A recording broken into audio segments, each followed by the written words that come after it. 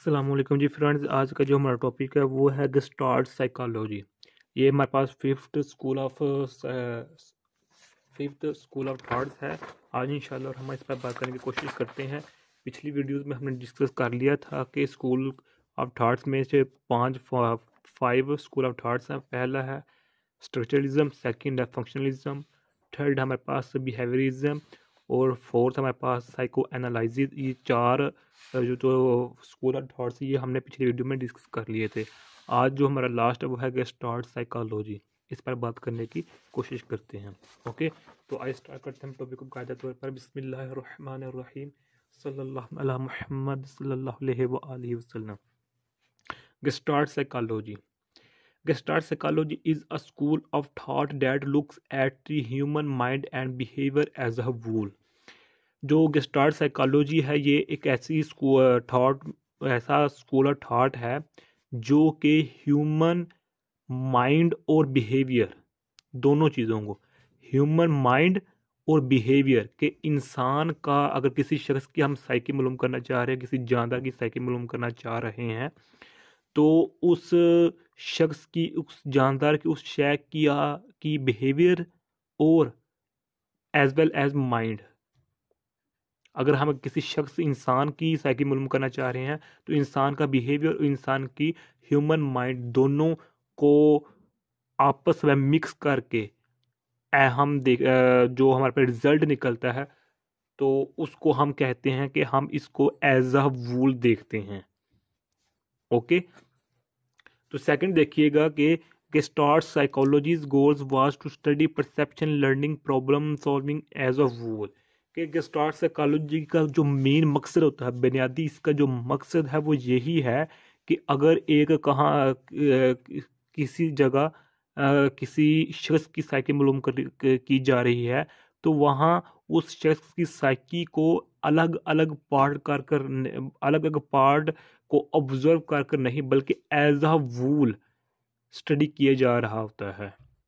Okay, जबकि हमने पिछली जो फोर्थ स्कूल ऑफ थॉट्स है उनमें स्टडी किया था, जो हमारे पास स्ट्रक्चरलिज्म होता है वो माइंड के बारे में ज़्यादा उस पर फोकस करता है, माइंड पर ज़्यादा फोकस करता है। और उसके बाद जो हमने जो सेकंड पर स्टडी किया था फंक्शनलिज्म, वो ज़्यादा स्टडी करता है, वो भी करता है माइंड पर ही है, यानी कि अनकॉन्शियसनेस के बारे में या कॉन्शियसनेस के बारे में स्टडी करता है, लेकिन वो when, what and how and why इस पर स्टडी करता है। जो सेकंड हमारे पास स्कूल ऑफ थॉट है यानी कि फंक्शनलिज्म होता है जो हमारे पास।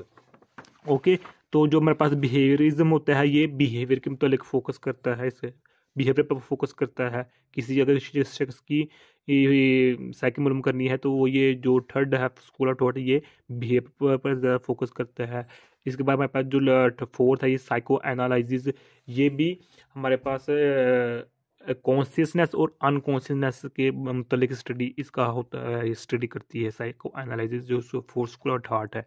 लेकिन यानी कि कहने का मतलब है कि जो फर्स्ट, सेकंड, थर्ड और फोर्थ ये स्कूल ऑफ थॉट्स है ये अलग अलग एज अ पार्ट किसी चीज़ को फोकस करते हैं, किसी भी इंसान की साइको को मालूम करने के लिए। लेकिन जो हमारे पास गेस्टाल्ट साइकोलॉजी होती है ये एज अ वूल स्टडी करती है किसी भी शख्स की साइकोलॉजी को मालूम करने के लिए, ख्वाह वो परसेप्शन के हवाले से हो, लर्निंग के हवाले से हो, प्रॉब्लम सॉल्विंग के हवाले से हो। जो गेस्टाल्ट साइकोलॉजी का मकसद होता है वो एज अ वूल उसको स्टडी करता है, उसको देखता है, उसको परखता है, उसको जांचता है। ओके हो गया। अब हम इसके बारे में जो मालूमात हैं उसका हमें पता होना ज़रूरी है कि गेस्टाल्ट साइकोलॉजी का जो फाउंडर है हमारे पास, गेस्टाल्ट साइकोलॉजी का जो हमारे पास फाउंडर है वो है मैक्स वर्थीमर।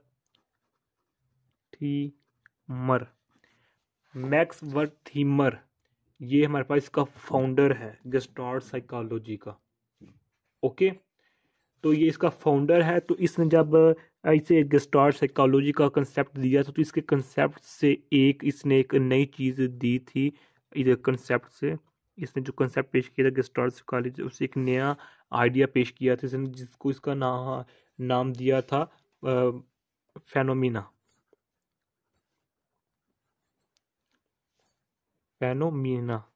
या फेनोमिनल 5 फेनोमिनन, ये इसके कंसेप्ट से ये एक बात हमें मखूज होती है, हासिल होती है। अब ये 5 फेनोमिनन क्या है या 5 फेनोमिना क्या है कि सपोज करें हमारे पास एक मोबाइल है, जिस तरह टच मोबाइल होता है, उस पर जो हमारे पास पिक्चर्स आती रहती है तो उसको हम आगे पीछे करते रहते हैं, आगे पीछे करते रहते हैं। तो हम ये समझ रहे होते हैं हालांकि एक एक इमेज को हम आगे करते जाते हैं या पीछे करते जाते हैं एक एक इमेज को, लेकिन हमें लगता है ये है कि जो हम वर्क कर रहे हैं एज अ वूल वर्क कर रहे होते हैं। अगर इसके हम दूसरी एग्जांपल लेना चाहें तो सपोज करें हमारे पास दो ये ऑब्जेक्टिव एक दूसरे के साथ वेरी क्लोज प्लेस पर पड़े हुए हैं, तो जब ये दोनों एक दूसरे के साथ लिहाज से आपस में जो वाइब्रेट करेंगे, जो दो शख्स होगा देखने वाला वो यही परखेगा कि ये दोनों एक ही चीज़ है, ये एज अ वूल है। ओके, तो मैक्स वेबर का कंसेप्ट क्या था कि स्टडी करते हैं एज अ वूल हो गया। ओके, इसके मैक्स वेबर के मैक्स फर्मधीमर के अलावा इस और भी साइकोलॉजिस्ट जिन्होंने इस पर काम किया था उनमें से हमारे पास आ जाते हैं इमानुएल कैंट, ये एक साइकोलॉजी है जिसने साइकोलॉजिस्ट इस गेस्टाल्ट साइकोलॉजी में काम किया था। इसके बाद हमारे पास आ जाते हैं अर्नेस्ट मैच, ये आ जाता है। उसके अलावा हमारे पास आ जाते हैं जोहम साहब आ जाते हैं, इन्होंने भी बहुत अच्छा काम किया था। ओके हो गया। इसके अलावा जो हमारे पास और भी कई हैं जिन उनमें से एक और नाम है कोफका, ये एक नाम है साइकोलॉजिस्ट का जिसने इस गेस्टाल्ट साइकोलॉजी पर काम किया था और इसने एक बुक भी लिखी थी इस पर जिसका नाम था प्रिंसिपल्स ऑफ गेस्टाल्ट साइकोलॉजी, ये इसने एक बुक लिखी थी इस पर। ओके, लेकिन जो इसका फाउंडर था वो मैक्स वर्थीमर ही था। ओके हो गया। जो वर्थीमर ने जो ये गेस्टाल्ट साइकोलॉजी का कंसेप्ट दिया था ये ट्रेन पर बैठा हुआ था, ट्रेन पर बैठा हुआ था और इसके उस वक्त इसके जहन में ये एक कंसेप्ट आया था और ये कि ये एक दिन ट्रेन में सफ़र कर रहा था और इसने ऑब्जर्व करके इस कंसेप्ट इसके जहन में आया था, इसने ये दे दिया था। ओके, अब हम देखते हैं कि जो गेस्टाल्ट है, गेस्टाल्ट ये एक जर्मन लफ्ज़ है, जर्मन लफ्ज़ है जिसका मतलब होता है कंप्लीट। ओके, कंप्लीट या कन्फिगुरेशन हम इसको हम कहते हैं, कन्फिगुरेशन। ओके हो गया। तो जो हमारे पास गेस्टाल्ट साइकोलॉजी है, गेस्टाल्ट हमारे पास जो ये साइकोलॉजी है ये हमारे पास ओपोजिट है किसकी, इज ओपोजिट है ये हमारे पास, ओपोजिट टू स्ट्रक्चरलिज्म है ये हमारे पास।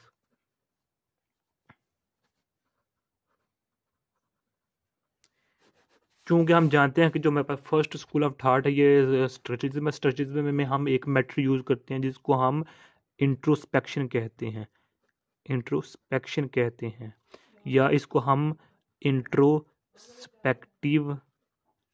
मेथड भी कहते हैं। ओके हो गया, इसको हम इंट्रोस्पेक्टिव मेथड भी कहते हैं। तो इसमें हम क्या देते हैं कि एक अलग अलग पार्ट्स को डिस्कस करते हैं किसी भी शख्स की साइको मालूम करने के लिए, लेकिन इधर हम गेस्टाल्ट साइकोलॉजी में एज अ वोल स्टडी करते हैं। तो इसलिए जो गेस्टाल्ट साइकोलॉजी है ये स्ट्रक्चरलिज्म का अपोजिट है और स्ट्रक्चरलिज्म गेस्टाल्ट साइकोलॉजी का अपोजिट है, यानी कि जो मेरे पास पहला और पांचवा, फर्स्ट और फिफ्थ जो हमारे पास स्कूल ऑफ थॉट एक दूसरे के अपोजिट है। ओके हो गया। तो अब अगर हम इस की बात करेंगे तो कि गेस्टाल्ट साइकोलॉजी पर जो क्रिटिसिज्म है वो किस किस्म के लगते हैं। पहला क्रिटिसिज्म इस स्कूल ऑफ थॉट पर वो ये लगता है कि इसने जो मोस्टली काम किया था वो काम किया था in the area of perception, इसने ज़्यादा काम इंसान की साइकी को में जो परसेप्शन है इस पर ज़्यादा काम किया था। एक होता है स्टिमुलस, एक होता है परसेप्शन। ओके, जो स्टिमुलस होता है अगर हम किसी चीज़ को आम आंख से देखते हैं तो वो स्टिमुलस में आ जाती है, लेकिन जब हम स्टिमुलस को देखकर जो तस्वर कंसेप्ट हमारे माइंड में क्रिएट हो जाता है उसको हम परसेप्शन का नाम देते हैं। ओके हो गया। इसके अलावा जो इसका सेकंड क्रिटिसिज्म था इस स्कूल ऑफ थॉट का, वो ये था कि इसने अनकॉन्शियसनेस के बारे में कोई बात नहीं की थी। ओके, अनकॉन्शियसनेस के बारे में इसमें कोई बात नहीं की थी, जबकि जो हमारे पास अनकॉन्शियसनेस है ये हमारे पास 3/4, ये 3/4 पार्ट है हमारे पास। जो कोग्निटिव प्रोसेस है हमारा, उसका 3/4 पार्ट है ये अनकॉन्शियसनेस। लेकिन गेस्टाल्ट साइकोलॉजी इस पर काम नहीं किया था, इसका सेकंड क्रिटिसिज्म है। ओके, और जो थर्ड इसका क्रिटिसिज्म वो ये है कि ये नॉट प्योरली साइंटिफिक नहीं है ये स्कूल ऑफ थॉट। ओके, तो ये आज का इतना सा टॉपिक था। उम्मीद है आप लोगों को इस वीडियो की समझ आ गई होगी।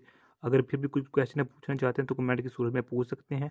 और अगर आपने अभी तक हमारा चैनल पाक MN अकेडमी सब्सक्राइब नहीं किया तो सब्सक्राइब कर दें, लाइक शेयर कर दें। जज़ाकल्लाहु खैर, अपनी दुआ में याद रखिएगा। अस्सलामु अलैकुम व रहमतुल्लाहि व बरकातुहू।